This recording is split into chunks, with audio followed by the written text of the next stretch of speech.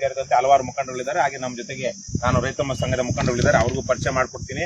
ಅದಕ್ಕೆ ಮೊದಲು ಈಗ ನಾವು ನಿಂತಿರುವಂತಹ ಜಾಗ ಹಾರೋಹಳ್ಳಿ ತಾಲೂಕು, ಹಾರೋಹಳ್ಳಿ ಪಟ್ಟಣದಿಂದ ಸುಮಾರು ಒಂದು 2 ಕಿಲೋಮೀಟರ್ ದೂರದಲ್ಲಿರುವಂತಹ ಕೈಗಾರಿಕಾ ಪ್ರದೇಶ, Karnataka industrial area development board KIADB ಅಂತೇನಿದೆಯೋ ಅದು ಇಲ್ಲಿ ಭೂಸ್ವಾಧೀನ ಮಾಡಿಕೊಂಡು ಕೈಗಾರಿಕಾ ಪ್ರದೇಶಗಳಿಗೆ ಕೈಗಾರಿಕೆಗಳಿಗೆ ಅನುಕೂಲ ಮಾಡಿಕೊಟ್ಟು ಇದು ಮಾಡಿ ಡೆವಲಪ್ ಮಾಡಿ ಕೈಗಾರಿಕೆಗಳು ಮಾಡ್ಕೊಳ್ಳೋದಕ್ಕೆ ಅನುಕೂಲ ಮಾಡಿಕೊಟ್ಟು ಕೈಗಾರಿಕೆಗಳು ಬಂದಿರುವಂತಹ ಪ್ರದೇಶ. ಸ್ವಲ್ಪ ಆ ಕಡೆಗಳ ತಿರ್ಸ್ಕೋಣ. ಇಲ್ಲೆಲ್ಲ ದೊಡ್ಡ ಗೋಡೌನ್ಗಳು, ಫ್ಯಾಕ್ಟರಿಗಳು, ಬೇರೆ ಬೇರೆ ಶೆಡ್ಗಳೆಲ್ಲ ಇದೆ. ಇಲ್ಲಿಂದ ಎಷ್ಟೊಂದು 100 ಮೀಟರ್ 200 ಮೀಟರ್ ಅಥವಾ ರಸ್ತೆ, ಅದು ಹೈವೇ ಕನಕಪುರ ರೋಡ್ ದೂರ ಬಂದ್ವಾ, ಒಂದು 500 ಮೀಟರ್ ದೂರದಲ್ಲಿ ಹಾರೋಹಳ್ಳಿಯಿಂದ ಕನಕಪುರಕ್ಕೆ ಹೋಗುವ ರಸ್ತೆ ಏನಿದೆ, ಬೆಂಗಳೂರು ಕನಕಪುರ ರಸ್ತೆ, ಅದು ಇಲ್ಲಿಂದ ಒಂದು 500 ಮೀಟರ್ ದೂರದಲ್ಲಿದೆ. 500 ಮೀಟರ್ ಒಳಗಡೆ ನಾವು ಕೈಗಾರಿಕಾ, ಅಲ್ಲಿಂದಾನೆ ಮೊದಲ ಹಂತ ಮತ್ತು 2ನೇ ಹಂತ. ಈ ಕೈಗಾರಿಕಾ ಪ್ರದೇಶದಲ್ಲಿ ನಾವಿದ್ದೀವಿ. ಇವತ್ತು ನಾವಿರುವಂತ ಜಾಗ ಸುತ್ತ ನೀವು ನೋಡಿದ್ರೆ ಅಲ್ಲೆಲ್ಲ ಕಾಂಪೌಂಡ್ ಹಾಕಲಾಗಿದೆ. ಈ ಕಾಂಪೌಂಡ್ ಹೀಗೋಗಿ ಅಲ್ಲಿ ಹೀಗೆ ಇಲ್ಲಿಂದ ಒಂದು 200 ಮೀಟರ್ ಹೋಗುತ್ತೆ, ಬಹುಶಃ ಅಲ್ಲಿಂದ ಅಲ್ಲಿಗೆ ಒಂದು 400 ಮೀಟರ್ ಹೋಗುತ್ತೆ, ಮತ್ತೆ ಒಂದು 200 ಮೀಟರ್ ಅಗಲಕ್ಕೆ ಬಂದು ಮತ್ತೆ 400 ಮೀಟರ್ ಹೀಗೆ ಬರುತ್ತೆ ಈ ಕಾಂಪೌಂಡ್. ಇದು ಸರಿಯಾಗಿ 10 ಎಕರೆ ಪ್ರದೇಶ. 10 ಎಕರೆ ಪ್ರದೇಶಕ್ಕೆ ಕಾಂಪೌಂಡ್ ಹಾಕಿರೋರು ಯಾರು ಅಂದ್ರೆ Karnataka state finance corporation, Karnataka ರಾಜ್ಯದ ಒಂದು ಉದ್ಯಮ ಫೈನಾನ್ಸ್ ಕಾರ್ಪೊರೇಷನ್. ರಾಜ್ಯದಲ್ಲಿ ಉದ್ಯಮಗಳನ್ನ ಮಾಡುವಂತವರಿಗೆ, ಅದು ಫ್ಯಾಕ್ಟರಿ ಇರಬಹುದು ಅಥವಾ ಬೇರೆ ಬೇರೆ ತರದ ಉದ್ಯಮ ಮಾಡುವಂತವರಿಗೆ ಸರ್ಕಾರದ ಕಡೆಯಿಂದ ಲೋನ್ ಕೊಡೋದಕ್ಕೆ ಸರ್ಕಾರವೇ ವ್ಯವಸ್ಥೆ ಮಾಡಿರುವಂತಹ ಒಂದು ಬ್ಯಾಂಕ್ ತರಹದ ಸಾಲ ಕೊಡುವಂತಹ ಒಂದು ಕರ್ನಾಟಕ ರಾಜ್ಯ ಹಣಕಾಸು ನಿಗಮ, ಕರ್ನಾಟಕ ಸ್ಟೇಟ್ ಫೈನಾನ್ಸ್ ಕಾರ್ಪೊರೇಷನ್. ಇದು ಈ ಭೂಮಿ ಏನಿತ್ತು KIADB ಇಲ್ಲೆಲ್ಲ ಸಾವಿರಾರು ಎಷ್ಟು ಎಕರೆ ಮಾಡ್ಕೊಂಡಿದೆ ಗೊತ್ತಿಲ್ಲ ನನಗೆ, ಒಂದು 500,000 ಎಕರೆನೋ ಇಲ್ಲಿ ಪೂರ್ತಿಯಾಗಿ ಸ್ವಾಧೀನ ಮಾಡ್ಕೊಂಡಿದೆ. ಸ್ವಾಧೀನ ಮಾಡ್ಕೊಂಡು ಈ ಜಾಗದಲ್ಲಿ ಇದು ಸರ್ಕಾರಿ ಭೂಮಿ, ಸರ್ಕಾರಿ ಖರಾಬ್ ಭೂಮಿ. ಈಗ ನಾವು ನಿಂತಿರುವಂತದ್ದು 655 ಎಕರೆ, ಒಂದು ಯಾವುದೇ ಒಂದು ಸರ್ವೆ ನಂಬರ್ ಅಲ್ಲಿ ಒಟ್ಟೆ ಅಂತ 650 ಎಕರೆ ಇದೆ ಇದರಲ್ಲಿ. ಅದರಲ್ಲಿ ಇದು ಈ ಗ್ರಾಮ, ಇದು ಹಾರೋಹಳ್ಳಿನೇನಾ, ಹಾರೋಹಳ್ಳಿ ಗ್ರಾಮದ ಈ ಸರ್ವೆ ನಂಬರ್ ಅಲ್ಲಿ ನಾವು ನಿಂತಿರೋ ಜಾಗದಲ್ಲಿ ಸರ್ಕಾರದ ಹೆಸರಲ್ಲೇ ಖರಾಬ್ ಭೂಮಿ. ಖರಾಬ್ ಭೂಮಿ ಯಾಕೆ ಅಂದ್ರೆ ನೋಡಿ, ಇಲ್ಲೊಂದು ಗುಡ್ಡ, ಕಲ್ಲುಗಳು ಗುಡ್ಡುಗಳು ಈ ತರ ಕಾಣಿಸ್ತಾವಲ್ವಾ, ಆ ಕಡೆ ತೋರ್ಸೋಣ. ಲೊಕೇಶನ್ ನನ್ನೆಲ್ಲ ನೋಡೋದು ಅಲ್ಲಿ ಈ ತರಕ್ಕೆ ಉಳುಮೆ ಮಾಡಲಾಗದ, ಮತ್ತೆ ಅಲ್ಲಿ ಉಳುಮೆ ಮಾಡಲಾಗದ ಕಾರಣಕ್ಕಾಗಿ ಸರ್ಕಾರಕ್ಕೆ ಕಂದಾಯ ಕಟ್ಟಬೇಕಾಗಿಲ್ಲ. ಖರಾಬ್ ಅಂದ್ರೆ ಏನು, ಬೇಕಾರ್, ಖರಾಬ್ ಏನಪ್ಪ ಕನ್ನಡದಲ್ಲಿ ಏನಂತಾರಣ್ಣ, ನಿರುಪಯುಕ್ತ ಅಂತ ಸರಿಯಾಗಿ ಹೇಳ್ಬೇಕಾದ್ರು, ನಿರುಪಯುಕ್ತ, ಉಪಯೋಗಕ್ಕೆ ಬಾರದ್ದು ಅಂತ, ವೇಸ್ಟ್ ಲ್ಯಾಂಡ್ ಅಂತ. ಅದರಲ್ಲಿ ಆ ಖರಾಬು ಭೂಮಿಯನ್ನ ಆ ಸ್ಥಳೀಯ ಆ ಪಕ್ಕದ ಜಮೀನು ಯಾರು ಇರ್ತಾರೆ ಅವ್ರಿಗೆ ಹೊಂದಿಸಿಟ್ಟಿರ್ತಾರೆ.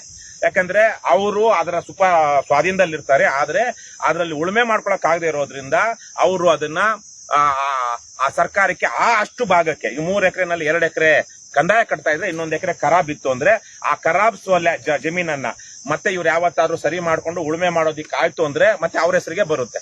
ಆದ್ರೆ ಆ ತರಹದ ಈ ಖರಾಬ್ ಭೂಮಿ ಇದು ಸರ್ಕಾರದ ಹೆಸರಲ್ಲೇ ಇತ್ತು.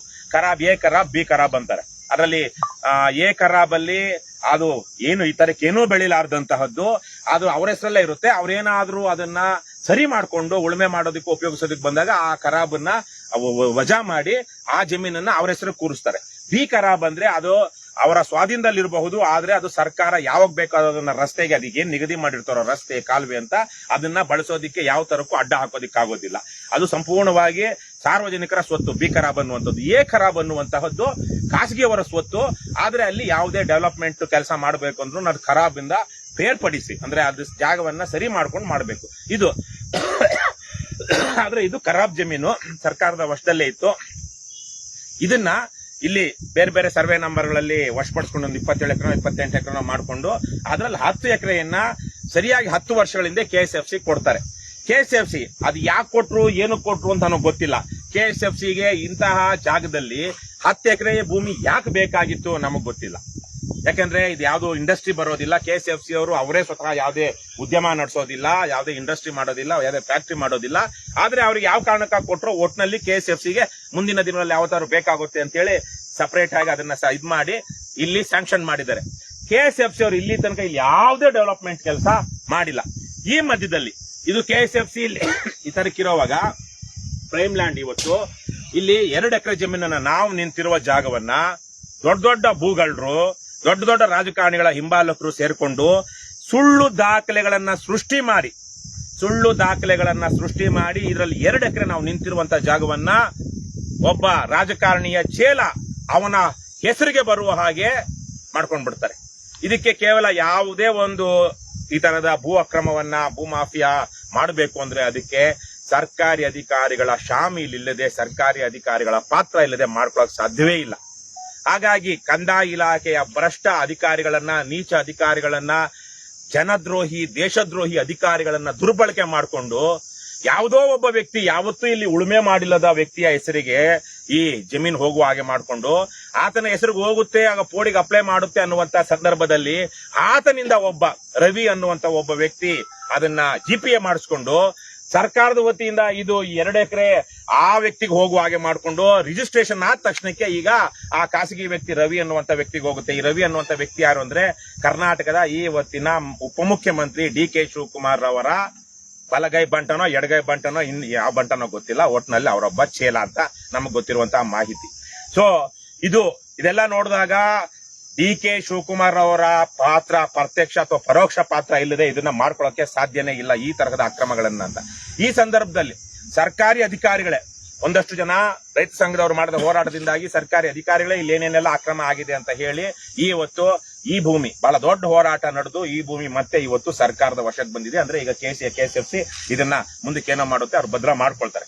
ಆದ್ರೆ ನಾವು ಕೇಳ್ತಾ ಇರುವಂತಹದ್ದು, ಇಷ್ಟು ಅಕ್ರಮಗಳನ್ನ ಮಾಡಿರುವಂತಹ ಬದ್ಮಾಶ್ ಸರ್ಕಾರಿ ಅಧಿಕಾರಿಗಳ ಮೇಲೆ ಉನ್ನತ IAS ಅಧಿಕಾರಿಯೇ ಕ್ರಿಮಿನಲ್ ಪ್ರಕರಣ ದಾಖಲಿಸಿ ಅಂದಿದ್ರು, ಇಲ್ಲಿ ತನಕ ಕ್ರಿಮಿನಲ್ ಪ್ರಕರಣ ದಾಖಲಿಸಿಲ್ಲ. ಇದು ಮೇಲೆ ಯಾರೋ IAS KS ಆಫೀಸರ್ಗಳನ್ನ ಬಚಾವ್ ಮಾಡೋದಿಕ್ಕೆ ಕೆಳಹಂತದಲ್ಲಿರುವಂತಹ ವಿಲೇಜ್ ಅಕೌಂಟೆಂಟ್ಗಳನ್ನು, ಸರ್ವೇಯರ್ಗಳನ್ನ ಬಲಿಪಶು ಮಾಡಿ ಇಡೀ ಹಗರಣವನ್ನ ಮುಚ್ಚಾಕ್ತಾರೆ. ಈ ಒಂದು ಸಂದರ್ಭದಲ್ಲಿ ಈ ವಿಚಾರವಾಗಿ ಸ್ಥಳೀಯರೇ ಆಗಿದ್ದುಕೊಂಡು ಹೋರಾಟ ಮಾಡಿ ಈ ಸರ್ಕಾರಿ ಭೂಮಿ ಉಳಿಯೋದಿಕ್ಕೆ ಹೋರಾಟ ಮಾಡಿದಂತಹ ಹರೀಶ್ ಗೌಡ ಅವರನ್ನ ನಾವು ಅಭಿನಂದಿಸಬೇಕು. ಅವರು ಇದಕ್ಕೂ ಬಹಳ ಒಳ್ಳೆ ಕೆಲಸ ಮಾಡಿದ್ದಾರೆ. ಸುಮಾರು 100 ಕೋಟಿ ರೂಪಾಯಿಗೂ ತಗೊಳ್ರಣ್ಣ, ಯಾರಾದ್ರೂ ಒಬ್ರು ಗೊತ್ತಾಗಲ್ವಾ ಸನ್ನೆ ಪನ್ನೆಗಳು ನೋಡಿದಾಗ 100 ಕೋಟಿ ರೂಪಾಯಿಗೂ ಅಧಿಕ ಬೆಲೆ ಬಾಳುವ ಈ 2 ಎಕರೆ ಜಮೀನು ಇವತ್ತು ಒಂದು 15 ದಿವಸ 20 ದಿವಸದಿಂದ ಸರ್ಕಾರ ತನ್ನ ವಶಕ್ಕೆ ತಗೊಂಡಿದೆ. ಅಲ್ಲೊಂದು ಬೋರ್ಡ್ ಹಾಕಿದ್ದಾರೆ, ಇದನ್ನ ನಾವು ಒತ್ತುವರಿ ತೆರವು ಮಾಡಿ. ಇಲ್ಲೇನು ಒತ್ತುವರಿ ಇರ್ಲಿಲ್ಲ, ಯಾವ ದೇವಸ್ಥಾನ ಒಂದ್ ಸಣ್ಣದಾಗ 1-2 ಗುಡಿ ಕಟ್ಟಿದ್ದಾರೆ, ಇದನ್ನು ಇತ್ತೀಚೆಗೆ ಆಗಿರುವಂತದ್ದು. ಅದನ್ನ ಬಿಟ್ಟರೆ ಮಿಕ್ಕದೆಲ್ಲ ಖಾಲಿ ಇದೆ. ಜಮೀನ್ ಹೊಡೆಯೋದಿಕ್ಕೆ ಇವ್ರು ಮಾಡಿರುವಂತ ಇದನ್ನ ಇವ್ರು ಒತ್ತುವರಿ ಆಗಿದೆ, ಅದಾಗಿದೆ, ಇದಾಗಿದೆ ಅಂತ ಹೇಳಿ ಯಾರ್ಯಾರೋ ದೊಡ್ಡರು ಬಲಿಷ್ಠರು ಬಲಾಢ್ಯರು ಹೇಳಿದಾಗೆ ಪತ್ರ ಬರ್ಕೊಂಡು ಹಾಗೇನೆ ಬಿಟ್ಟಿದ್ದಾರೆ. ಆದರೆ ಆ ವಿಚಾರವಾಗಿ ಸ್ಥಳೀಯರಾಗಿರುವಂತಹ ಹರೀಶ್ ಗೌಡ, ಇವರು ಇನ್ನೊಬ್ಬ ರೈತ ಸಂಘದವರು ಕುಮಾರು, ಇವರೆಲ್ಲ ರೈತ ಸಂಘದವರು ಬಹಳ ಶ್ಲಾಘನೀಯವಾದಂತಹ ಕೆಲಸ ಮಾಡಿದ್ದಾರೆ. ಈ ರಾಜ್ಯದ ಕಂದಾಯ ಸಚಿವ ಕೃಷ್ಣ ಬೈರೇಗೌಡರು ತನಕ ಹೋಗಿ ಬಂದಿದ್ದಾರೆ. ಕೃಷ್ಣ ಬೈರೇಗೌಡರು ತನಕ ಹಲವಾರು ಸಲ ಹೋಗಿ ಉನ್ನತಾಧಿಕಾರಿಗಳನ್ನ ಭೇಟಿ ಮಾಡಿ, ರಾಜ್ಯದ ಮುಖ್ಯ ಕಾರ್ಯದರ್ಶಿ ಚೀಫ್ ಸೆಕ್ರೆಟರಿನೂ ಭೇಟಿ ಮಾಡಿ ಇವೆಲ್ಲ ಒಂದಷ್ಟು ತನಿಖೆ ವಿಚಾರಣೆ ಆಗುವ ಹಾಗೆ ಮಾಡಿ ಇವತ್ತು ಈ ಜಮೀನನ್ನ ಉಳಿಸ್ಕೊಟ್ಟಿದ್ದಾರೆ. ಅವರಿಗೆ ನಾವು ಕರ್ನಾಟಕ ರಾಷ್ಟ್ರ ಸಮಿತಿ ಪಕ್ಷದ ವತಿಯಿಂದ, ರಾಜ್ಯದ ಜನರ ವತಿಯಿಂದ ಅಭಿನಂದನೆಗಳನ್ನ ಮತ್ತು ಧನ್ಯವಾದಗಳನ್ನ ತಿಳಿಸ್ತೀವಿ. ಅವರು ಈ ವಿಚಾರವಾಗಿ ಏನ್ ನಡೀತು ಅಂತ ಈಗ ಒಂದ್ ಸ್ವಲ್ಪ ಎಲ್ರಿಗೂ ವಿವರಿಸ್ತಾರೆ. ಹರೀಶ್, ತಿಳಿಸಿ. ಬಂಧುಗಳೇ, ಹಾಗೆ KRS ಪಕ್ಷದ ಗೌರವಾಧ್ಯಕ್ಷರಾಗಿರ್ತಕ್ಕಂಥ ರವಿಕೃಷ್ಣ ರೆಡ್ಡಿ ಅವರೇ, KRS ಪಕ್ಷದ ಎಲ್ಲ ಸೈನಿಕರೇ, ಇವತ್ತಿನ ದಿನ ಏನಿವತ್ತು ಆರೋಳಿ ಗ್ರಾಮದ ಸರ್ವೆ ನಂಬರ್ 478ರಲ್ಲಿ ತಾವೆಲ್ಲ ಬಂದಿದ್ದೀರಿ. ಇಷ್ಟೊತ್ತು ಕಾಲ ಹಿರೀಕರು ರಾಜ್ಯದಲ್ಲಿ ಪ್ರಬಲವಾದ ಹೋರಾಟಗಳನ್ನ, ಭ್ರಷ್ಟಾಚಾರ, ಅನ್ಯಾಯ, ದೌರ್ಜನ್ಯದ ವಿರುದ್ಧ ನೀಡ್ತಾ ಇರ್ತಕ್ಕಂಥ ರವಿಕೃಷ್ಣ ರೆಡ್ಡಿ ಅವರು ಏನ್ ನಡೆದಿದೆ ಅನ್ನೋದನ್ನ ಎಳೆಯಾಗಿ ನಿಮ್ಮ ಮುಂದೆ ಬಿಚ್ಚಿಟ್ಟಿದ್ದಾರೆ. ನಾನು ಸಂಕ್ಷಿಪ್ತವಾಗಿ ಕೆಲವು ವಿಚಾರಗಳನ್ನ ತಮ್ಮ ಮುಂದೆ ಹೇಳಕ್ ಇಷ್ಟಪಡ್ತೀನಿ. ನಾವು ಇಲ್ಲಿಂದ ಸ್ಥಳೀಯ ವಾಸಿಗಳಾಗಿರೋದ್ರಿಂದ ಇಲ್ಲೇ ಸುತ್ತಮುತ್ತ ನಮ್ದೊಂದು 3 ಕಿಲೋಮೀಟರ್ ನಮ್ದು ಮನೆ ಇರ್ತಕ್ಕಂಥ ಈ ದಾರಿನಲ್ಲಿ ನಾವು ಓಡಾಡ್ತಿರ್ತಕ್ಕಂಥ ಸಂದರ್ಭದಲ್ಲಿ ಈ ಜಾಗನ KSFC ಅವರು ಸುಮಾರು ಬಾರಿ ಕಾಂಪೌಂಡ್ ಹಾಕ್ಲಿಕ್ಕೆ ಪ್ರಯತ್ನ ಪಡ್ತಿದ್ರು. ಆ ಸಂದರ್ಭದಲ್ಲಿ ಕೆಲವರು ಬಲಾಢ್ಯರು, ಏನು ಸರ್ ಹೇಳಿದ್ರು ಅದೇ ರೀತಿ ಆ ಬಲಾಢ್ಯರು ಅಲ್ಲಿವರೆಗೂ ಕಾಂಪೌಂಡ್ ಹಾಕಿಸಿದ್ರು. ತದನಂತರ ಅಲ್ಲಿ ತಡೆದ್ರು. KSFC ಅವರು ಮತ್ತೆ ಕಂದಾಯ ಇಲಾಖೆಯವರು 2-3 ಬಾರಿ ನಮ್ಮ ಸ್ಥಳೀಯ ಅರೋಳಿ ಪೊಲೀಸ್ ಠಾಣೆ ಮೆಟ್ಲನ್ನು ಸಹ ಏರಿದ್ರು. ಈ ವಿಚಾರವಾಗಿ ಏನಪ್ಪಾ ಅಂತಂದ್ರೆ, ನಮ್ಗೆ ಕಾಂಪೌಂಡ್ ನಿರ್ಮಿಸಿಕೊಳ್ಳಿಕ್ಕೆ ಕೆಲವರು ಬಿಡ್ತಾ ಇಲ್ಲ, ನಮ್ಗೆ ಅಲಾಟ್ಮೆಂಟ್ ಆಗಿರ್ತಕ್ಕಂಥ ಜಾಗ KDB ಇಂದ ತಾವು ಸೂಕ್ತ ಬಂದೋಬಸ್ತ್ ಕೊಡಿ ಅಂತ. ಆ ಸಂದರ್ಭದಲ್ಲಿ ಏನೇನು ವ್ಯತ್ಯಾಸಗಳಾಯ್ತು, ರೆವಿನ್ಯೂ ಡಿಪಾರ್ಟ್ಮೆಂಟ್ ಇಂದಾಗ್ಲಿ ಮತ್ತೆ ನಮ್ಮ KDB ಇಂದಾಗ್ಲಿ ಯಾವ ಪತ್ರ ವ್ಯವಹಾರ ನಡೀತು, ಕೆಲವು ಒಂದು ಸಂಪರ್ಕ ದೋಷಗಳಿಂದ ಇಲ್ಲಿ ಕಾಂಪೌಂಡ್ ನ ನಿರ್ಮಿಸಲಿಕ್ಕೆ ಕೊನೆಗೂ KSFC ಅವ್ರಿಗೆ ಅವಕಾಶ ಸಿಗಲಿಲ್ಲ. ನೋಡ್ಬೋದು ನೀವು, ಸ್ಟ್ರೈಟ್ ಆಗಿ ನ್ಯಾಷನಲ್ ಹೈವೇ 948A ಮೊದಲು 209 ಇತ್ತು, ಈಗ 948A ಇದಕ್ಕೆ ಸಂಬಂಧಪಟ್ಟಂಗೆ ಅಟ್ಯಾಚ್ ಪ್ರತಿಷ್ಠಿತ ವಿದ್ಯಾಸಂಸ್ಥೆ ದಯಾನಂದ ಸಾಗರ್ ವಿಶ್ವವಿದ್ಯಾನಿಲಯ ಇದೆ. ಮುಂದೆ ಹೋದ್ರೆ ನಿಮ್ಗೆ ಜೈನ್ ಯೂನಿವರ್ಸಿಟಿ ಸಿಗ್ತದೆ, ಜೈನ್ ವಿಶ್ವವಿದ್ಯಾನಿಲಯ.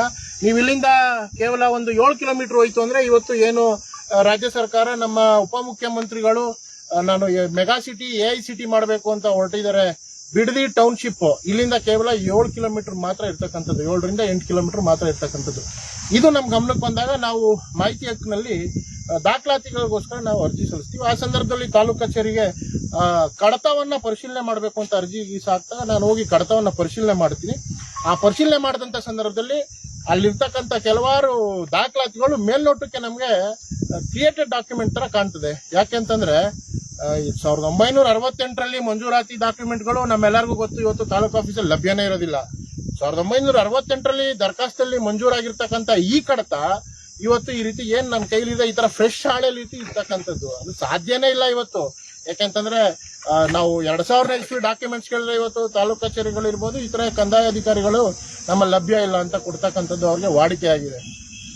ಬಟ್ ಅದು ತುಂಬಾ ಫ್ರೆಶ್ ರೀತಿ ಇರ್ತು, ಗರಿಗರಿಯಾಗಿದ್ದಂತ ಸಂದರ್ಭದಲ್ಲಿ ನಾವು ಅದನ್ನ ಸರ್ಟಿಫೈಡ್ ಕಾಪಿ ತಗೊಂತೀವಿ.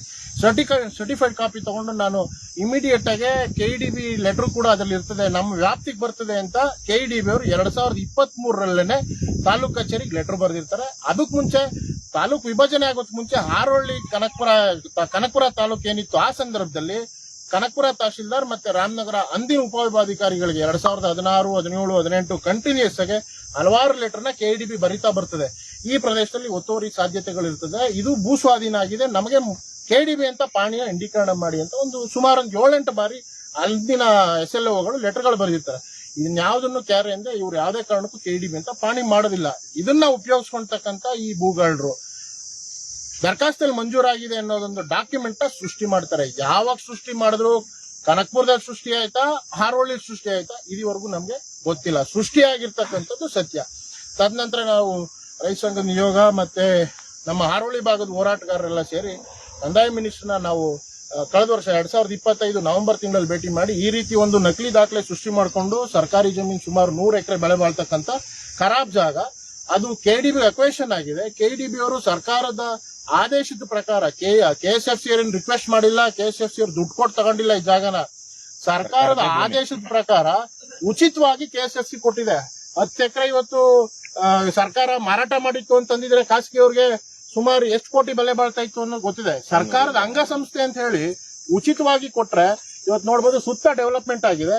ಈ ಅಯೋಗ್ಯರು ಇದುವರೆಗೂ ಇದನ್ನ ಅಭಿವೃದ್ಧಿ ಪಡಿಸಕ್ಕಾಗಿಲ್ಲ. ಇವ್ರಿಗೆ ಜಮೀನ್ ಕೊಟ್ಟಿರೋದೇ ದುರದೃಷ್ಟಕರ. ಕಾಂಪೌಂಡ್ ಹಾಕೊಳಕ್ ಯೋಗ್ಯತೆ ಇಲ್ಲ, ಅವ್ರಿಗೆ ಯೋಗ್ಯತೆ ಇಲ್ದಿರ್ತಕ್ಕಂಥದ್ದು.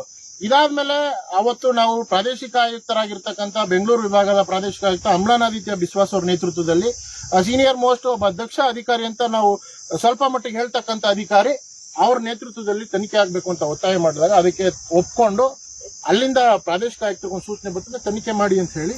ತದನಂತರ ನಮ್ಮ ರಾಮನಗರ ಜಿಲ್ಲಾಧಿಕಾರಿಗೆ ಪ್ರಾದೇಶಿಕ ಆಯುಕ್ತರ ಕಚೇರಿಯಿಂದ ವರದಿನ ಕೇಳ್ತಾರೆ.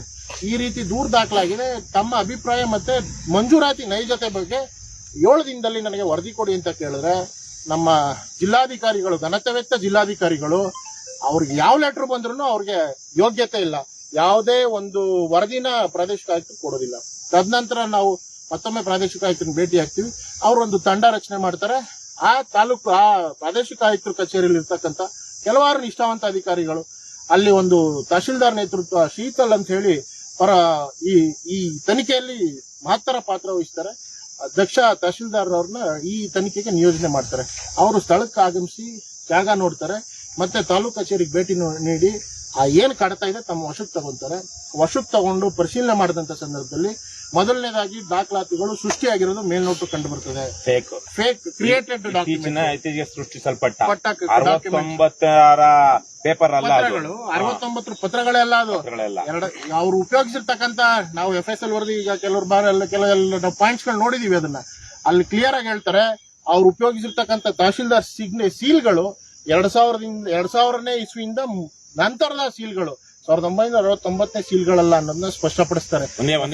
ಹರೀಶ್, ಇಲ್ಲಿ ಅವರು FSIL ರಿಪೋರ್ಟ್ ಅಂತಾರೆ, ಅಂದ್ರೆ ವಿಧಿ ವಿಜ್ಞಾನ ಪ್ರಯೋಗಾಲಯ. ಈಗ ಯಾವ್ದೋ ಒಂದು ನಾವು ಪೇಪರ್ ಕೊಟ್ಟು ಇದು ಯಾವ ವರ್ಷದಲ್ಲಿ ಆಗಿದ್ದು, ಇದರಲ್ಲಿ ಇರುವಂತಹದ್ದು ಫಾಂಟ್ ಆಗ್ಲಿ ಸೀಲ್ ಆಗ್ಲಿ ಇದು ಇವ್ರು ಹೇಳ್ತಿರುವಂತ ವರ್ಷದಲ್ಲಿ ಆಗಿರೋದ ಅಂತ ಕೊಟ್ರೆ ಅವರು ಲ್ಯಾಬ್ ಅಲ್ಲಿ ಅದನ್ನ ಪರೀಕ್ಷೆ ಮಾಡ್ತಾರೆ.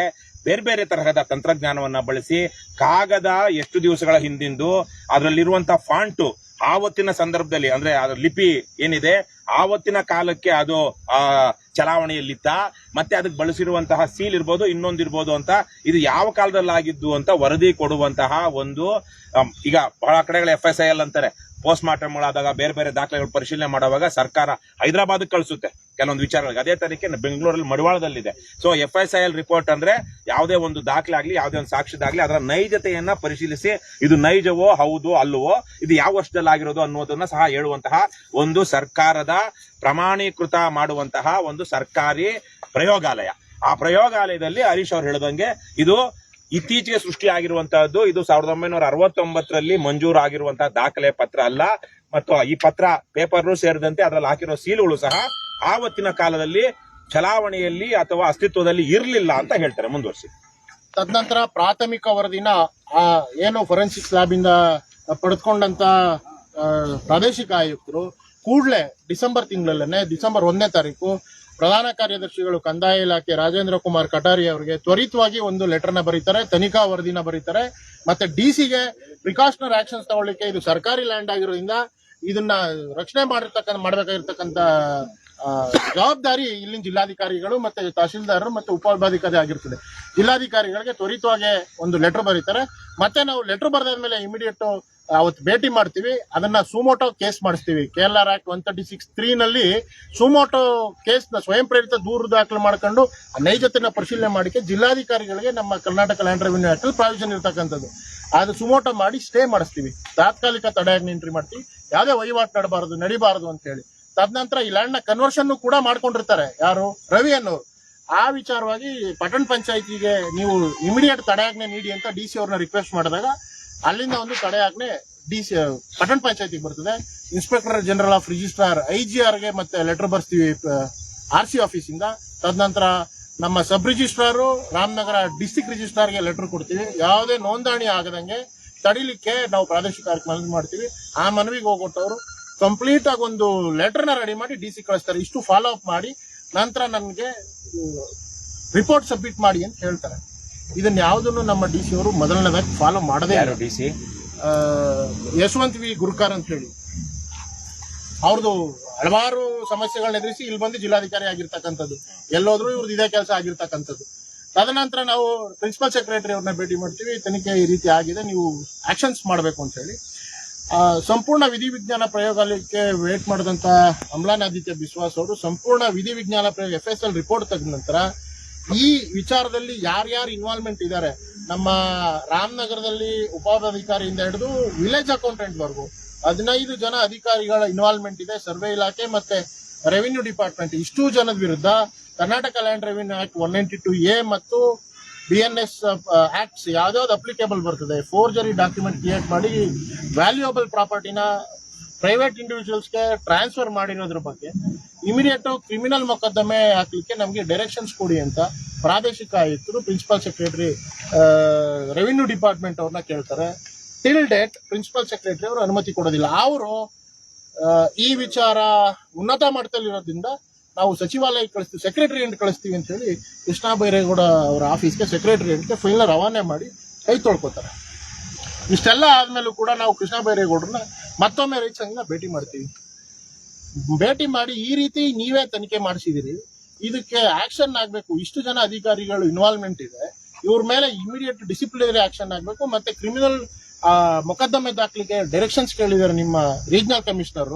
ನೀವೇ ಮಾಡಿಸಿರ್ತಕ್ಕಂಥ ತನಿಖೆ, ನೀವು ಅನುಮತಿ ಕೊಡಿ, ನಿಮ್ಮ ಈ ಆಫೀಸ್ ಲಾಗಿನ್ ನಲ್ಲಿ ಪೆಂಡಿಂಗ್ ಇದೆ ಅಂತ ನಾವು ಪರಿಪರಿಯಾಗಿ ಕೇಳಿದ್ರು ಕೂಡ ಯಾವ್ದೋ ತಾಲೂಕು ಕಚೇರಿಗಳು ಹೋಗಿ ಕೇವಲ ಒಬ್ಬ VA ಮೇಲೆ SDA ಮೇಲೆ ಕೂಗಾಡ್ತಕ್ಕಂಥ ಕೃಷ್ಣ ಬೈರೇಗೌಡರು TV ಹುಲಿಯಾಗಿ ಉಳ್ಕೊಂಡ್ರು, ಸೋಷಿಯಲ್ ಮೀಡಿಯಾ ಹುಲಿಯಾಗಿ ಉಳ್ಕೊಂಡಿರ್ತಕ್ಕಂಥದ್ದು.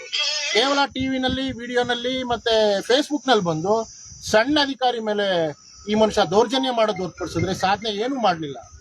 ಆ ಆಕ್ಷನ್ಗೆ, ಆ ರಿಪೋರ್ಟ್ಗೆ ಇವರು ಅನುಮತಿನ ಈ ಕ್ಷಣಕ್ಕೂ ಕೊಡ್ಲಿಲ್ಲ. ಇವತ್ತುವರೆಗೂ ಅವ್ರ ಆಫೀಸಲ್ಲಿ ಧೂಳು ಹಿಡ್ಕೊಂಡು ಕೂತಿರ್ತಕ್ಕಂಥದ್ದು.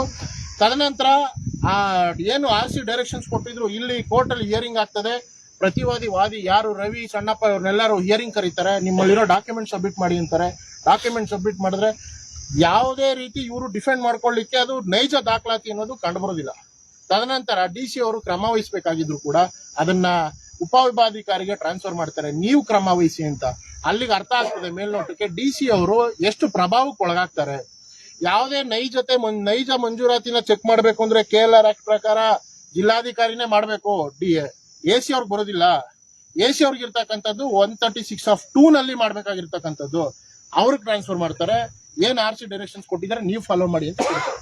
ಕೊನೆಗೆ AC ಅವರು ಅದನ್ನ ಫಾಲೋ ಮಾಡಿ ಆ ಆರ್ಡರ್ಸ್ ಗಳನ್ನ ಮಾಡ್ತಾರೆ. ಕೊನೆಗೆ ಸರ್ಕಾರದ ಕಂದಾಯ ಡಾಕ್ಯುಮೆಂಟ್ಸ್ ಅಲ್ಲಿ ಸರ್ಕಾರ ಅಂತ ಪಾಣಿ ಮಾಡಿ ಅಂತ ಆದೇಶ ಮಾಡ್ತಾರೆ, ಪಾಣಿ ಕೂಡ ಮಾಡ್ತಾರೆ. ಒತ್ತುವರಿ ತೆರವುಗೊಳಿಸಿ ಅಂತಾರೆ. ಯಾವುದೇ ಒತ್ತುವರಿ ತೆರವುಗೊಳಿಸಿರೋದಿಲ್ಲ, ಅಲ್ಲಿ ಕೇವಲ ಒಂದು ನಾಮಕಾವಸ್ಥೆ ಬೋರ್ಡ್ ಮಾತ್ರ ಹಾಕಿರ್ತಾರೆ. ನಾಮಕಾವಸ್ಥೆ ಒಂದು ಬೋರ್ಡ್ ಹಾಕಿರ್ತಾರೆ. ಅದ ನಂತರ ವಿಡಿಯೋ ಮಾಡೋರು ಅದಾದ್ಮೇಲೆ ಅದೇ ಪ್ರಿನ್ಸಿಪಲ್ ಸೆಕ್ರೆಟರಿ ಆಫೀಸಿಂದ ನಾವು ಹೋಗಿ ಒತ್ತಾಯ ಮಾಡಿದ ಮೇರೆಗೆ ಯಾರು ಈ ಫೋರ್ಜ್ ಡಾಕ್ಯುಮೆಂಟ್ ಕ್ರಿಯೇಟ್ ಮಾಡಿ ಸರ್ಕಾರಿ ಜಮೀನ ತಮ್ಮ ಹೆಸರಿಗೆ ವಶಕ್ಕೆ ಪಡ್ಕೊಂಡಿರ್ತಾರೋ ಅವ್ರ ಮೇಲೆ 192A KLR ಆಕ್ಟ್ ಮತ್ತೆ BNS ಆಕ್ಟ್ 2023 ಪ್ರಕಾರ ಕ್ರಿಮಿನಲ್ ಮೊಕದ್ದಮೆ ಹಾಕಿ ಅಂತ ಹೇಳಿ 2 ತಿಂಗಳು ಕಳೆದಿದೆ.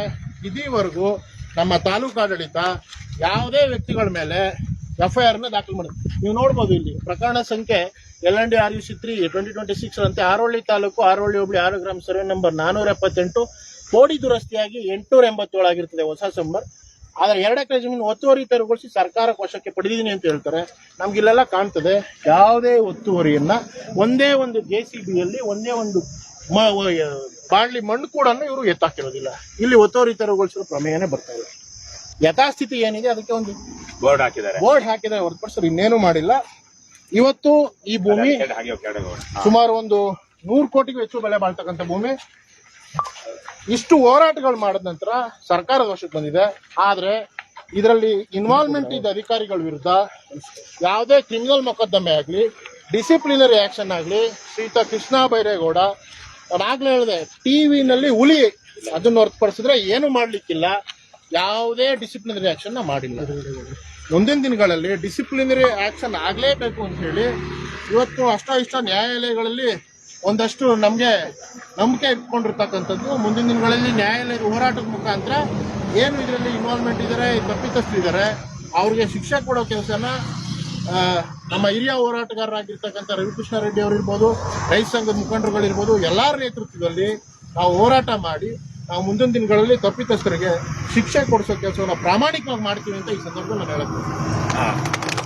ಬಂಧುಗಳೇ, ಹರೀಶ್ ಗೌಡರು ಬಹಳ ವಿಸ್ತಾರವಾಗಿ ಬಹಳ ಚೆನ್ನಾಗಿ ಈ ಇಡೀ ಪ್ರಕರಣ ಏನಾಗಿದೆ ಅಂತ ಹೇಳಿದರೆ ನೋಡ್ಬೋದು ನೀವಿಲ್ಲಿ.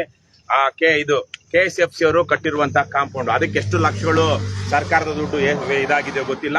ಇಲ್ಲಿಗೆ ಕಾಂಪೌಂಡ್ ನಿಂತಿದೆ, ಮತ್ತೆ ಈ ಕಡೆ ಕಾಂಪೌಂಡ್ ಬಂದಿಲ್ಲ. ಆದ್ರೆ ಆ ಕಡೆಗೂ ಹೋಗಿದೆ, ಇನ್ನೇನು ಬಂದಿದೆ, ಎಲ್ಲಾ ಬಂದಿದೆ. ಅದು ಎಷ್ಟು ಲಕ್ಷಗಳಲ್ಲಿ ಆಗಿದೆಯೋ ಅವ್ರು ಹೇಳಿದಾಗೆ ಇಲ್ಲಿ ಕಾಂಪೌಂಡ್ ಕಟ್ಕೊಳ್ಳೋದಕ್ಕೆ ಬಂದಾಗ ಒಂದಷ್ಟು ಪ್ರಭಾವಿಗಳು ಅವರಿಗೆ ಕಾಂಪೌಂಡ್ ಕಟ್ಕೊಳ್ಳೋಕೆ ಬಿಟ್ಟಿಲ್ಲ. ಕಟ್ಕೊಳ್ಳೋಕ್ ಬಿಡದಿರಾ ಸುಳ್ಳು ದಾಖಲೆ, ಸಣ್ಣಪ್ಪ ಅನ್ನುವಂತ ವ್ಯಕ್ತಿ ಹೆಸರಿಗೆ 1969ರಲ್ಲೇ ಇದು ಮಂಜೂರಾಗಿದೆ ಅನ್ನುವಂತಹ ಸುಳ್ಳು ದಾಖಲೆಗಳನ್ನ ಸೃಷ್ಟಿ ಮಾಡಿ ಸುಳ್ಳು ದಾಖಲೆಯನ್ನ ಸೃಷ್ಟಿ ಮಾಡಿ ಇತ್ತೀಚೆಗೆ ವರ್ಷದ ಹಿಂದೆ ಆತನ ಹೆಸರಿಂದ GPA ಮಾಡಿಸ್ಕೊಂಡು ರವಿ ಅನ್ನುವಂತಹ DK ಶಿವಕುಮಾರ್ ಅವರ ಬಲಗೈ ಬಂಟ ಆತನಿಂದ ಸಣ್ಣಪ್ಪ ಅನ್ನೋದ್ರಿಂದ GPA ಮಾಡಿಸ್ಕೊಂಡು ಕೊನೆಗೆ ಪೋಡಿ ಎಲ್ಲ ಆದ ಮೇಲೆ ಅದನ್ನ GPA ರಿಜಿಸ್ಟರ್ ಮಾಡಿಸ್ಕೊಂಡು ಈಗ ಏನ್ ಹೇಳ್ತಾ ಇದೀರಿ ರವಿ ಅವರು, ಖಾತೆ ದಾಖಲಾಗತ್ ಮುಂಚೆನೆ 2020 ನಿಮ್ ಗಮನಕ್ಕೆ, ಮಾಧ್ಯಮದ ಗಮನಕ್ಕೆ, ನಿಮ್ ಗಮನಕ್ಕೆಲ್ಲ ಹೇಳ್ತೀನಿ, ಸಣ್ಣಪ್ಪನಿಗೆ ಖಾತೆ ದಾಖಲಾಗದೇ ಇರೋ ಸಂದರ್ಭದಲ್ಲಿ 2021ರಲ್ಲಿ ಯಾವುದೇ ದಾಖಲಾತಿಗಳೇ ಇರೋದಿಲ್ಲ. KEDB ಮತ್ತೆ ಸರ್ಕಾರದ ಹೆಸರು ಪಾಣಿ ಬರ್ತಾ ಇರ್ತದೆ. ಆ ಸಂದರ್ಭದಲ್ಲೇ ಈ ಮನುಷ್ಯ ಸ್ವಾಧೀನವಲ್ಲದ ಕ್ರಿಯಾತ್ ಕರಾರ್ ಮಾಡ್ಕೋತಾನೆ. 2021ರಲ್ಲಿ 2021 ಈ ಮನುಷ್ಯ ರೈಟ್ಸ್ ನ ತಗೊಳಕ್ ಪ್ರಯತ್ನ ಪಡ್ತಾನೆ. ಖಾತೆಗೆ ಅರ್ಜಿ ಕೊಡೋದು 2023ರಲ್ಲಿ. 2023ರಲ್ಲಿ. ಸೊ ಅದಾದ್ಮೇಲೆ ಅವ್ರಿಗೆ ಸಣ್ಣಪ್ಪನ ಹೆಸರಿಗೆ ಹೋಗುತ್ತೆ. ಅದಾದ್ಮೇಲೆ ಇವರು GPA ಹೋಲ್ಡರ್ ಇದ್ರ ಮೇಲೆ ಇವ್ರ ಈಗ ರವಿ ಹೆಸರಿಗೆ ಬರುತ್ತೆ ಖಾತೆ. ಅಂದ್ರೆ ಇದು DK ಶಿವಕುಮಾರ್ ಅಥವಾ DK ಸುರೇಶ್ ಈ ತರಹದ ಬಲಾಢ್ಯರ ಪ್ರಭಾವ ಸರ್ಕಾರಿ ಅಧಿಕಾರಿಗಳ ಮೇಲೆ ಇಲ್ಲದೆ ಯಾವ ಕಾರಣಕ್ಕೂ ಆಗೋದಿಲ್ಲ ಇಂಥ. ಮತ್ತೆ ಕೃಷ್ಣ ಬೈರೇಗೌಡ ಅವ್ರು ಹೇಳದಂಗೆ ಬಹಳ ಚೆನ್ನಾಗಿ ಹೇಳಿದ್ರು, ನಾವು ಹಲವಾರು ಸಂದರ್ಭಗಳಲ್ಲಿ ಹೇಳಿದೀವಿ. ಇವತ್ತಿಗೂ ಭ್ರಷ್ಟಾಚಾರ ಎಸಗಿರುವ ಒಬ್ಬ ಅಧ್ಯಕ್ಷ ಆಗಿರುವಂತಹ ಕಡು ಭ್ರಷ್ಟ ತಹಸೀಲ್ದಾರರನ್ನ ಸಸ್ಪೆಂಡ್ ಮಾಡುವ ಯೋಗ್ಯತೆ ಈ ಕೃಷ್ಣ ಬೈರೇಗೌಡ ರಾಜ್ಯದ ಕಂದಾಯ ಸಚಿವರಿಗಿಲ್ಲ. ನಾವು KRS ಪಕ್ಷದವರು ನಮ್ ಕಾರ್ಯಕರ್ತರನ್ನ ಸೇರ್ಕೊಂಡು ನಮ್ದೇ ಫೋನ್ ಇಟ್ಕೊಂಡು ಹೇಗೆ ನಾವು ಸರ್ಕಾರಿ ಕಚೇರಿಗಳಿಗೆ ಹೋಗಿ ಅಲ್ಲಿರುವಂತಹ ಅಕ್ರಮಗಳನ್ನ ಭ್ರಷ್ಟಾಚಾರನ ಪ್ರಶ್ನಿಸ್ತೀವೋ ಆ ತರಕ್ಕೆ ಈ ರಾಜ್ಯದ ಕಂದಾಯ ಸಚಿವ ಹೋಗಿ ವಿಡಿಯೋಗ್ರಾಫರ್ಗಳನ್ನ ಇಟ್ಕೊಂಡು ಫೋಟೋಗ್ರಾಫರ್ಗಳನ್ನ ಇಟ್ಕೊಂಡು ಅಲ್ಲಿ ಸಮಯಕ್ಕೆ ಸರಿಯಾಗಿ ಬರ್ಬೇಕು, ಹುಷಾರ್ ಸಸ್ಪೆಂಡ್ ಮಾಡ್ಬಿಡ್ತೀನಿ ಅನ್ನುವಂತಹ ಉತ್ತರ ಕುಮಾರನ ವೀರ ಪೌರುಷ ತೋರಿಸಿದ್ದಾರೆ ಹೊರತು ಸಸ್ಪೆಂಡ್ ಮಾಡಿರೋದಾಗ್ಲಿ ಅಥವಾ ಕ್ರಮಕ್ಕೆ ತೆಗೆದುಕೊಂಡಿರೋದಾಗ್ಲಿ ಶಿಕ್ಷೆ ಕೊಟ್ಟಿರೋದಾಗ್ಲಿ ಇಲ್ಲಿ ತನಕ ಯಾವುದೂ ಇಲ್ಲ. ಈಗ ಇವರೇ ಹೇಳಿದಾಗೆ ಅವರ ಯಾರು ರೀಜನಲ್ ಕಮಿಷನರ್ ಕೃಷ್ಣ ಬೈರೇಗೌಡರ ಅಧೀನ ಅಧಿಕಾರಿ ಅವರೇ ಹೇಳಿದ್ದಾರೆ ಇಲ್ಲಿ ಕ್ರಿಮಿನಲ್ ಅಫೆನ್ಸ್ಗಳಾಗಿದೆ. ಹಾಗಾಗಿ ಇವ್ರು ಯಾರು ಇಲ್ಲಿರೋ ಇವರೆಲ್ಲ ಬದ್ಮಾಶ್ಗಳು ಹೌದು ಅಲ್ವಾ ಗೊತ್ತಿಲ್ಲ, ಆದ್ರೆ ಆ ಬದ್ಮಾಶ್ಗಳು ಅಂತ ಹೇಳಲಾಗ್ತಿರುವಂತವ್ರ ಹೆಸರು ಹೇಳ್ಬಿಡ್ತೀನಿ. ಬಿನೋಯ್ PK ಈ ಮನುಷ್ಯ ಇವತ್ತಿನ ರಾಮನಗರದ ಹಾಲಿ AC. ಎಂ ವಿಜಯಣ್ಣ ಹಾರೋಹಳ್ಳಿ ತಾಲೂಕಿನ ತಹಸೀಲ್ದಾರು. ಹರ್ಷವರ್ಧನ್ ಹಾರೋಹಳ್ಳಿ ತಾಲೂಕಿನ ಹಿಂದಿನ ತಹಸೀಲ್ದಾರ, ಈಗ್ಲೂ ಇಬ್ರು ತಹಸೀಲ್ದಾರ್ಗಳೇನಾ ಹಾಲಿ ವಯೋನಿವೃತ್ತಿ. ಈ ವಿಜಯಣ್ಣ ಅನ್ನೋ ಆಲ್ರೆಡಿ ರಿಟೈರ್ಡ್ ಆಗ್ಬಿಟ್ಟಿದ್ದಾನೆ. ಬಹುಶಃ ನೆನ್ನೆ ನಾವು ಹೇಳ್ತಾ ಇದ್ವಿ ರೊನಾಲ್ಡ್ ಕೊಲಾಸು ಅಂತ ಒಬ್ಬ ದೊಡ್ಡ ಭೂ ಮಾಫಿಯಾ ಭೂಗಳನ್ನ ದೇವನಹಳ್ಳಿಲಿ ರಿಟೈರ್ಡ್ ಆಗಿರೋ ತಹಸೀಲ್ದಾರ್ಗಳನ್ನ VAಗಳನ್ನ RIಗಳನ್ನ ಕೆಲಸಕ್ಕೆ ಇಟ್ಕೊಂಡು ರಿಟೈರ್ಡ್ ಆದವ್ರನ್ನ ಅವ್ರ ಮೂಲಕ ಎಲ್ಲೆಲ್ಲಿ ಸರ್ಕಾರಿ ಜಮೀನು ಹೊಡಿಬಹುದು ಅಂತೆಲ್ಲ ಪ್ಲಾನ್ ಮಾಡ್ಕೊಂಡು ಇವ್ರು ಸಂಬಳ ಕೊಡ್ತಾನಂತೆ. ಈ ತರಹದ ಅಯೋಗ್ಯ ಕೆಲಸ ಮಾಡಿರೋ ಬಹುಶಃ ಈ ತರದವ್ರಿಗೆ ಕೆಲಸ ಮಾಡುವಂತದ್ದು. ನವೀನ್ ಕುಮಾರ್ ಅನ್ನುವಂತಹ ಶಿರಸ್ತೇದಾರು, ಪ್ರವೀಣ್ ಕುಮಾರ್ ಅನ್ನುವಂತಹ ಇನ್ನೊಬ್ಬ ಶಿರಸ್ತೇದಾರು, ಮೋಹನ್ ಕುಮಾರ್ ಅನ್ನುವಂತಹ ಇನ್ನೊಬ್ಬ ಶಿರಸ್ತೇದಾರು, ಅಶೋಕ್ ಲಮಾಣಿ ಅನ್ನುವಂತಹ ಗ್ರಾಮಾಡಳಿತಾಧಿಕಾರಿ ಬನ್ನಿಕುಪ್ಪೆ ವೃತ್ತ, ಅವಿನಾಶ್ ಶಿಂದೆ ಅನ್ನುವಂತಹ SDA, ಹನುಮೇಗೌಡ ಅನ್ನುವಂತಹ DDLR ಡಿಸ್ಟ್ರಿಕ್ಟ್ ಬೆಂಗಳೂರು ದಕ್ಷಿಣ ಜಿಲ್ಲೆ ಉಪನಿರ್ದೇಶಕರು, ರಿಹಾನ್ ಶರೀಫ್ ಅನ್ನುವಂತಹ ತಪಾಸಕರು ಇನ್ಸ್ಪೆಕ್ಟರ್ ಸರ್ವೇನಲ್ಲಿ, ರಕ್ಷಿತ್ ಅನ್ನುವಂತಹ ಸರ್ವೇಯರ್, ನಂದೀಶ್ ಅನ್ನುವಂತಹ ತಾಂತ್ರಿಕ ಅಧೀಕ್ಷಕರು ಯಾವ ಪ್ರಭಾರ ಭೂ ದಾಖಲೆಗಳಿಗೆ, ನಂದೀಶ್ ಕುಮಾರ್ KS ಅನ್ನುವಂತಹ ಚೆಕಿಂಗ್ ಸರ್ವೇಯರ್. ಇನ್ನು ಇದಾರ ಇಲ್ಲ ಅದೇ ಪೇಜಲ್ಲಿ ನಾನು ಅದರಲ್ಲಿ ಅವ್ರು ತೆಗೆದಿರೋದ್ರಲ್ಲಿ ಅದಿಲ್ಲ, ಇನ್ನಿಬ್ರು ಅಲ್ವಾ. ಇಷ್ಟು ಜನರ ಮೇಲೆ ಮೊಕದ್ದಮೆ ದಾಖಲಿಸಬೇಕು, ಕ್ರಿಮಿನಲ್ ಮೊಕದ್ದಮೆ ದಾಖಲಿಸಬೇಕು ಅಂತ ಆದಿತ್ಯ ಅಮ್ಲಾನ್ ಬಿಸ್ವಾಸ್ ಅವ್ರು ಹೇಳಿದ್ರು ಈ ಮಹಾಮಹಿಮ ಏನು ಎಲ್ರ ಕೈಯಲ್ಲೂ ಸ್ವಲ್ಪ ಸಜ್ಜನಿಕೆಯಿಂದ ನಡ್ಕೊಳ್ತೀನಿ ಅನ್ನೋ ರೀತಿಯಲ್ಲಿ ಬಿಂಬಿಸ್ಕೊಂಡು ಆ ಬಿಜೆಪಿಯಲ್ಲಿ ಒಬ್ಬ ಸಜ್ಜನ ರಾಜಕಾರಣಿ ನಾವು ನೋಡಿದ್ವಿ. ಅದೇ ತರಕ್ಕೆ ಕಾಂಗ್ರೆಸ್ನ ಈ ಸಜ್ಜನ ರಾಜಕಾರಣಿ ಕೃಷ್ಣ ಬೈರೇಗೌಡರು ಇಲ್ಲಿ ತನಕ ಈ ಭ್ರಷ್ಟಾಚಾರ ಮಾಡಿರುವಂತಹ ಯಾವನ್ಯಾವನೋ ಪ್ರಭಾವಿ ಹೇಳಿದ ಅಂತೇಳಿ ಕಾನೂನು ಉಲ್ಲಂಘನೆ ಮಾಡಿರುವಂತಹ ಈ ಅಧಿಕಾರಿಗಳ ಮೇಲೆ ಶಿಸ್ತು ಕ್ರಮಕ್ಕೆ ಮುಂದಾಗಿಲ್ಲ. ಸಂಪೂರ್ಣವಾಗಿ ಅವರನ್ನ ರಕ್ಷಣೆ ಮಾಡ್ತಿರೋದು ಇವತ್ತು ಕೃಷ್ಣ ಬೈರೇಗೌಡ. ಯಾರ ಕಾರಣಕ್ಕಾಗಿ ರಕ್ಷಣೆ ಮಾಡ್ತಾ ಇದ್ದಾರೆ ನೇರವಾಗಿ ನಾವ್ ಹೇಳ್ಬೇಕಾದ್ರೆ ನಮ್ಗೆ ಮೇಲ್ನೋಟ ಕಾಣಿಸೋ ಹಾಗೆ DK ಶಿವಕುಮಾರ ಪರಮಾಪ್ತ ಇಲ್ಲಿ ಇದನ್ನ ಹೊಡೆಯೋದಿಕ್ ಮಾಡಿದ್ದು, ಆತನಿಗೆ ಸಹಾಯ ಮಾಡಿದ್ದು ಈ ಅಧಿಕಾರಿಗಳು. ಹಾಗಾಗಿ ಆ ಅಧಿಕಾರಿಗಳ ಮೇಲೆ ಕ್ರಮ ತೆಗೆದುಕೊಂಡ್ರೆ ಹುಷಾರ್ ಅಂತ ಯಾರು DK ಶಿವಕುಮಾರ್ ಕೃಷ್ಣ ಬೈರೇಗೌಡರು ಹೇಳಿರ್ಬೇಕು. ಹಾಗಾಗಿ ಕೃಷ್ಣ ಬೈರೇಗೌಡ ತಮ್ಮ ನವರಂಧ್ರಗಳನ್ನು ಮುಚ್ಚಿಕೊಂಡು ಇದು ಅವರು ಮಾಡಬೇಕಾಗಿರುವ ಕೆಲಸವನ್ನ ಮಾಡದೆ ಕರ್ತವ್ಯ ಲೋಪ ಎಸಗ್ತಾ ಇದ್ದಾರೆ. ಇಂಥವ್ರಿಗೆಲ್ಲ ಕರ್ತವ್ಯ ಲೋಪ ಎಸಗುವಂತಹ ಅಧಿಕಾರಿಗಳ ಮೇಲೆ ಎಲ್ಲ ಕರ್ತವ್ಯ ಲೋಪ ಎಸಗುವಂತಹ ಕ್ರಮ ತೆಗೆದುಕೊಳ್ಳಬೇಕಾದಾಗ ಸರಿಯಾದ ಕ್ರಮ ತೆಗೆದುಕೊಳ್ಳದಿರುವಂತಹ ಮಂತ್ರಿಗಳ ಮೇಲೇನು ನಾವು ಲೋಕಾಯುಕ್ತದಲ್ಲಿ ಕರ್ತವ್ಯ ಲೋಪದ ಕೇಸ್ ದಾಖಲಿಸಬೇಕು. ಯಾಕೆಂದ್ರೆ ಲೋಕಾಯುಕ್ತದಲ್ಲಿ 2 ತರಹದ ಕೇಸ್ಗಳನ್ನ ನಾವು ದಾಖಲಿಸಬಹುದು. ಒಂದು ಭ್ರಷ್ಟಾಚಾರ, ಲಂಚ, ಭ್ರಷ್ಟಾಚಾರದ್ದು, ಇನ್ನೊಂದು ಕರ್ತವ್ಯ ಲೋಪ, ಡಿರೆಲಿಕ್ಷನ್ ಆಫ್ ಡ್ಯೂಟಿ. ಅದಕ್ಕೆ ಮುಖ್ಯಮಂತ್ರಿಗಳು ಸಹ ಬರ್ತಾರೆ. ಆದ್ರೆ ಅದಕ್ಕೆ ಅವಕಾಶ ಕೊಡದೆ ಕೃಷ್ಣ ಬೈರೇಗೌಡರು ಈ ವಿಚಾರವನ್ನ ಈಗ ಅವ್ರ ಗಮನಕ್ಕೆ ಬಂದಿದೆ. ಮಾಧ್ಯಮದಲ್ಲಿ ಈ ಸಂದರ್ಭದಲ್ಲಿ ಒಂದು ವಿಶೇಷವಾಗಿ ಹೇಳ್ಬೇಕು, ನಮ್ಮ ಹರೀಶ್ ಗೌಡ್ರು ಅವ್ರ ರೈತ ಸಂಘದ ಸಂಗಾತಿಗಳು ಮಾಡಿರುವಂತಹ ಈ ಕಾನೂನುಬದ್ಧ ಹೋರಾಟಕ್ಕೆ ಬಹಳ ದೊಡ್ಡ ಶಕ್ತಿಯಾಗಿ ನಿಂತಿದ್ದು ದಿ ಫೈಲ್ ಅನ್ನುವಂತಹ ಒಂದು ಮಾಧ್ಯಮ ಸಂಸ್ಥೆ. ಸತತವಾಗಿ ನಿರಂತರವಾಗಿ ಇವರು ಮಾಡಿರುವಂತಹ ಹೋರಾಟಗಳು ಮತ್ತೆ ಅವರು ಒಂದಷ್ಟು RTI ದಾಖಲೆಗಳನ್ನ ತೆಗೆದು ದಾಖಲೆಗಳ ಸಮೇತ ಇವೆಲ್ಲವೂ ಫೈಲಲ್ಲಿ ಬಂದಿರುವಂತಹ ಒಂದು ವರದಿ. ಈ ದಾಖಲೆಗಳ ಸಮೇತವಾಗಿ the-file.in ಅಲ್ಲಿ ನಿರಂತರವಾಗಿ ತನಿಖಾ ವರದಿಗಳು ಪ್ರಕಟವಾದ ಕಾರಣಕ್ಕಾಗಿ ಒಂದು ಸರ್ಕಾರದ ಮೇಲೆ ಒಂದಷ್ಟು ಪರೋಕ್ಷವಾದಂತಹ ಒತ್ತಡ ಬಿತ್ತು. ಹಾಗಾಗಿ ಇವತ್ತು ಏನದು ಯಾವುದೇ ಬೇರೆ ಇವರೆಲ್ಲ ಹೇಗಿರ್ತಾರೆ ಅಂದ್ರೆ ಖದೀಮರು, ಬೇರೆ ಯಾವುದೇ ಮುಖ್ಯ ವಾಹಿನಿ ಮಾಧ್ಯಮದಲ್ಲಿ ಇದು ಪ್ರಕಟವಾಗಿಲ್ಲ. 100 ಕೋಟಿ ರೂಪಾಯಿಗಿಂತ ಹೆಚ್ಚಿನ ಆಸ್ತಿಯನ್ನ ಸರ್ಕಾರ ಇವತ್ತು ಅಕ್ರಮವಾಗಿ ಸರ್ಕಾರದಿಂದ ಕಳ್ಳತನವಾಗಿದ್ದ ಭೂಗಳ್ಳತನವಾಗಿದ್ದಂತಹ ಜಮೀನನ್ನ ಇವತ್ತು ಸರ್ಕಾರ ಮರುವಶಕ್ಕೆ ಪಡೆದಿದೆ. ಮರುವಶಕ್ಕೆ ಪಡೆದಿರುವಂತಹ ಇಂಥ ಗಂಭೀರವಾದ ವಿಚಾರವನ್ನ ಕರ್ನಾಟಕದ ಯಾವ್ಯಾವ ಟಿವಿ ಚಾನೆಲ್ಗಳಿದೆ, ಯಾವ್ಯಾವ ಪೇಪರ್ಗಳಿದೆ, ಒಂದರಲ್ಲೂ ನಾನು ನೋಡಿಲ್ಲ. ಬಂದಿದ್ಯಾ? ಒಂದೇ ಒಂದು. ಇವತ್ತಿನ ನಮ್ಮ ಮಾಧ್ಯಮಗಳು, ವಿಶೇಷವಾಗಿ ನಮ್ಮ ಪತ್ರಕರ್ತರು ಹೇಗಿದ್ದಾರೆ ಅಂದ್ರೆ ಅವರಿಗೆ ಪ್ರಜಾಪ್ರಭುತ್ವದ ಗಂಧ ಗಾಳಿಯೇ ಇಲ್ಲ, ಬದ್ಧತೆ ಇಲ್ಲ, ಕಾಳಜಿ ಇಲ್ಲ. ನಾವು ಪ್ರಜಾಪ್ರಭುತ್ವದ 4ನೇ ಆಧಾರ ಸ್ತಂಭ ಅಂತ ಪುಂಗಿ ಇವ್ರ ಮಾಧ್ಯಮದವರು ಪ್ರಜಾಪ್ರಭುತ್ವದ 4ನೇ ಅಂಗ ಅಲ್ಲವೇ ಅಲ್ಲ, ಇರೋದು 3 ಅಂಗ ಪ್ರಜಾಪ್ರಭುತ್ವದಲ್ಲಿ. ಒಂದು ಕಾರ್ಯಾಂಗ, ಒಂದು ನ್ಯಾಯಾಂಗ, ಒಂದು ಶಾಸಕಾಂಗ. ಇವತ್ತಿನ ಕೃಷ್ಣ ಬೈರೇಗೌಡರು ಸೇರಿದಂತೆ, ಮುಖ್ಯಮಂತ್ರಿಗಳು ಸೇರಿದಂತೆ ಇವರೆಲ್ಲರೂ ಕಾರ್ಯಾಂಗದ ಪ್ರತಿನಿಧಿಗಳು, ಮಂತ್ರಿಗಳಾಗಿರುವಂತವ್ರು. ಶಾಸಕಾಂಗ ಅಂದ್ರೆ MLAಗಳು. ಆದ್ರೆ MLAಗಳಲ್ಲಿರೋರ್ನ ಮಿನಿಸ್ಟರ್ ಮಾಡಿದ್ಮೇಲೆ ಅವರು ಕಾರ್ಯಾಂಗದ ಭಾಗವಾಗ್ತಾರೆ. ಇವತ್ತು ಮಾಧ್ಯಮದವರು ಏನೋ ನಮ್ಮ ಪೂರ್ವಿಕರು ಒಳ್ಳೊಳ್ಳೆ ಪತ್ರಕರ್ತರಿದ್ರು, ಗಾಂಧಿನೂ ಒಬ್ಬ ಮಹಾಪತ್ರಕರ್ತ ಅಂತ ಎಲ್ಲ ಪೂರ್ವಿಕರು ಸರ್ಕಾರದ ಲೋಪದೋಷಗಳನ್ನ ಜನರ ಗಮನಕ್ಕೆ ತಂದು ಪ್ರಜಾಪ್ರಭುತ್ವವನ್ನ ಬಲಗೊಳಿಸ್ತಾ ಇದ್ರು.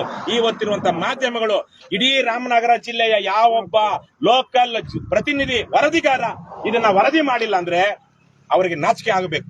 ಅದು ಯಾವುದೇ ಪೇಪರ್ ಇರಲಿ, ಅವ್ನು ಯಾವನೇ ಜಿಲ್ಲಾ ವರದಿಗಾರ ಇರಲಿ, ಯಾವನೇ ಸ್ಟ್ರಿಂಜರ್ ಇರಲಿ, ಇಂತಹ ಒಂದು ಗಂಭೀರ ಪ್ರಕರಣವನ್ನ ಒಬ್ಬ ಯುವ ಹೋರಾಟಗಾರರು ಹೋರಾಟ ಮಾಡಿ 100 ಕೋಟಿ ರೂಪಾಯಿ ಆಸ್ತಿ ಉಳಿಸಿದ್ದಾರೆ. ಅದನ್ನ ಜನರ ಗಮನಕ್ಕೆ ತರೋಣ. ಇಂತಹ ಕೆಲಸಗಳು ಇನ್ನೊಂದಷ್ಟು ಜನರಿಗೆ ಪ್ರೇರಣೆ ಆಗಲಿ. ಮಾಡಿದಾರಾ? ಕರ್ನಾಟಕ ಮತ್ತೆ ವೆರಿ ಗುಡ್ ಎರಡು ಮಾಡಿದಾರಾ? ಅವರಿಗೆ ಇಲ್ಲಿ ಹಾರೋಹಳ್ಳಿ ಭಾಗದ 2 ಪತ್ರಿಕೆಗಳ ಪ್ರತಿನಿಧಿಗಳು ಮಾಡಿದಾರಂತೆ. ನಾನು ಅವರಿಗೆ ಅಭಿನಂದಿಸ್ತೀನಿ, ಶ್ಲಾಘಿಸ್ತೀನಿ. ಆದ್ರೆ ಇದು ರಾಜ್ಯ ಮಟ್ಟದ ಸುದ್ದಿ ಆಗಬೇಕಾಗಿತ್ತು. ರಾಜ್ಯ ಮಟ್ಟದ ಸುದ್ದಿ ಆಗದೆ ಇರುವಂಗೆ ಈ ಪ್ರಭಾವಿಗಳು ನಡ್ಕೊಂಡಿರ್ತಾರೆ ಅಂತ ನಾನು ಭಾವಿಸ್ತೀನಿ.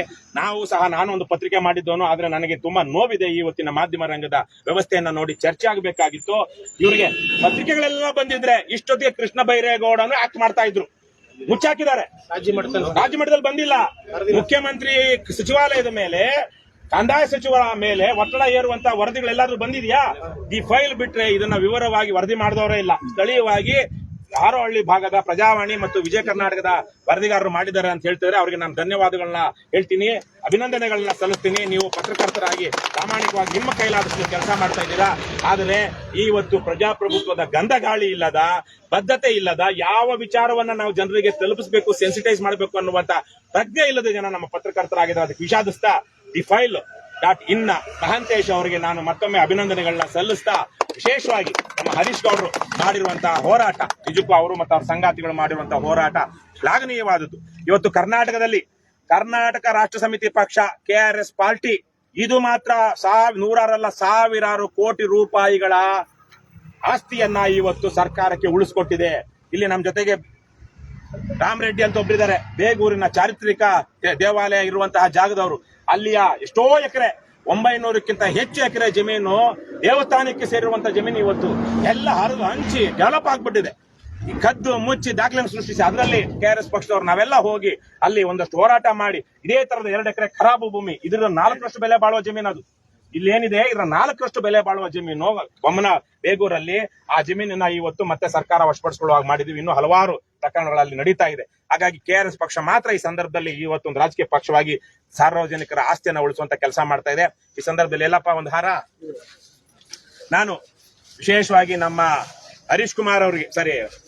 ಹರೀಶ್ ಗೌಡ್ರಿಗೆ ಅವರು ಮಾಡಿರುವಂತಹ ಹೋರಾಟವನ್ನ ಶ್ಲಾಘಿಸಿ, ಸ್ವಲ್ಪ ದೊಡ್ಡದಿನ ಟೋಪಿ ಎಲ್ಲ ಒಂದೇನಾ, ಸೇಮ್ ಸೈಜಾ, ಅವರಿಗೆ ಗಾಂಧಿ ಟೋಪಿಯನ್ನು ಅವ್ರು ಮಾಡಿರುವಂತಹ ಏನಂತಾರೆ ಅಹಿಂಸಾತ್ಮಕವಾದ ಶಾಂತಿಯುತ ಮಾರ್ಗದಲ್ಲಿ ಮಾಡಿರುವಂತಹ ಇಂತಹ ಸತ್ಯಾಗ್ರಹದ ಹೋರಾಟಕ್ಕೆ ಶ್ಲಾಘಿಸ್ತಾ ಅವರಿಗೆ ನಮ್ಮ ಪಕ್ಷದ ವತಿಯಿಂದ ರಾಜ್ಯದ ಜನರ ಪರವಾಗಿ ಹೃತ್ಪೂರ್ವಕವಾಗಿ ಅಭಿನಂದನೆಗಳನ್ನ ಸಲ್ಲಿಸ್ತಿದ್ದೀನಿ. ಅವರು ಇಂತಹ ಹೋರಾಟಗಾರರು ಇವತ್ತು ರೈತ ಸಂಘದಲ್ಲಿರ್ಬೋದು, ಬೇರೆ ಕಡೆಗಳಿರ್ಬೋದು ಬಹಳ ಕಡಿಮೆ ಇದ್ದಾರೆ.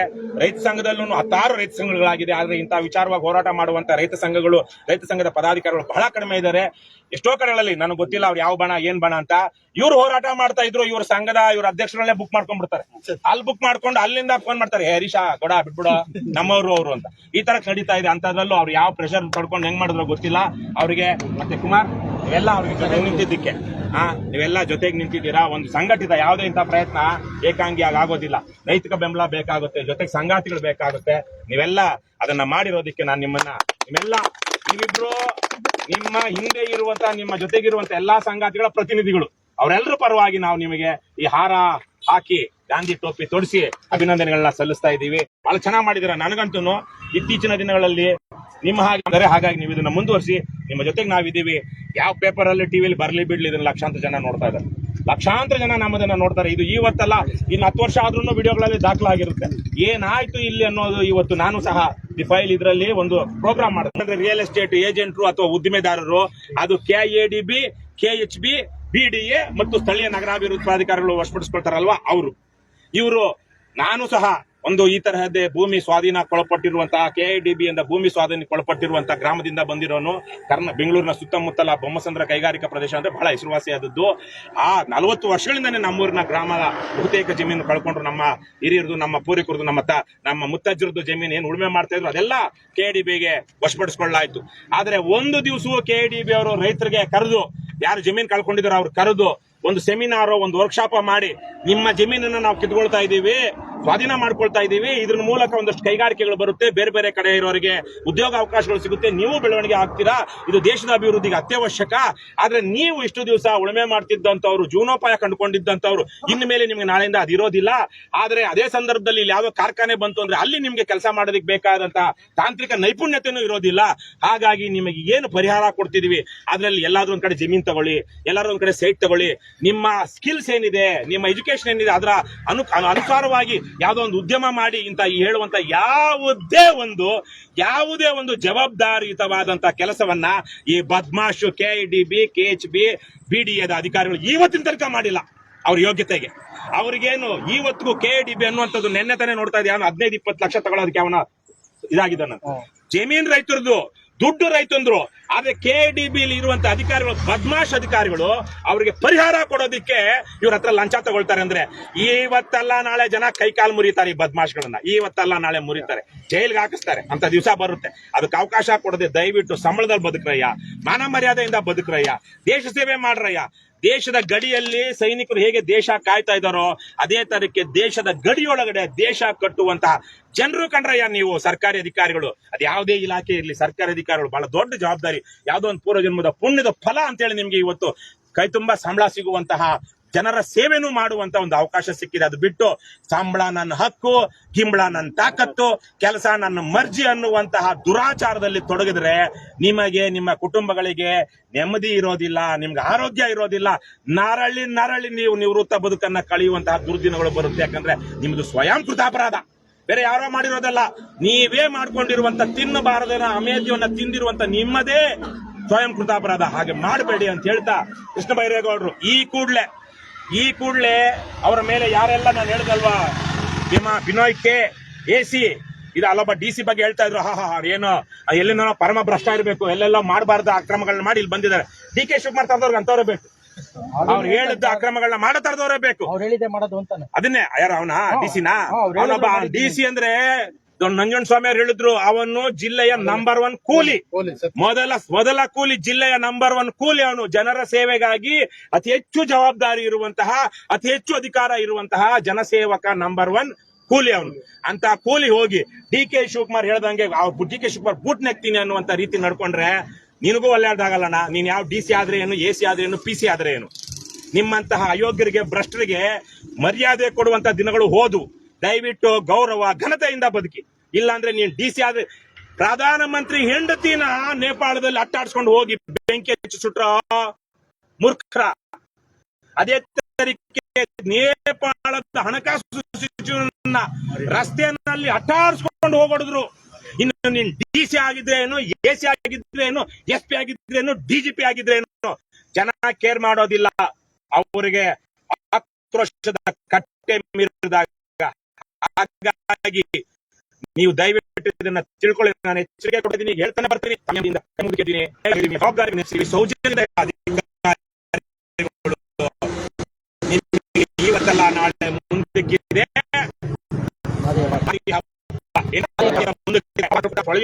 ಅವಕಾಶ ಮಾಡಿಕೊಡದೆ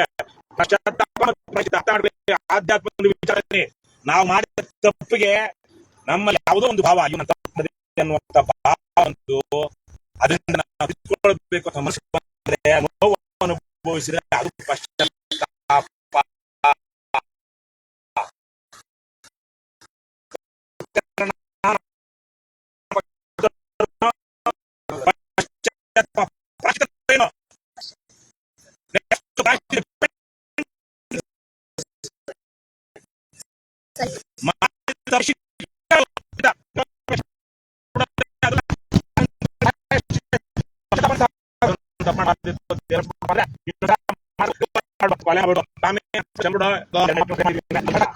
ಸಾಕಾಗುತ್ತಾ? ಶಿಕ್ಷಣ ಅನುಭವಿಸಲೇಬೇಕು. ಹಾಗಾಗಿ ಸರ್ಕಾರ ಅಧಿಕಾರಿಗಳು ಭ್ರಷ್ಟಾಧಿಕಾರಿಗಳು ಜನದ್ರೋಹಿಗಳು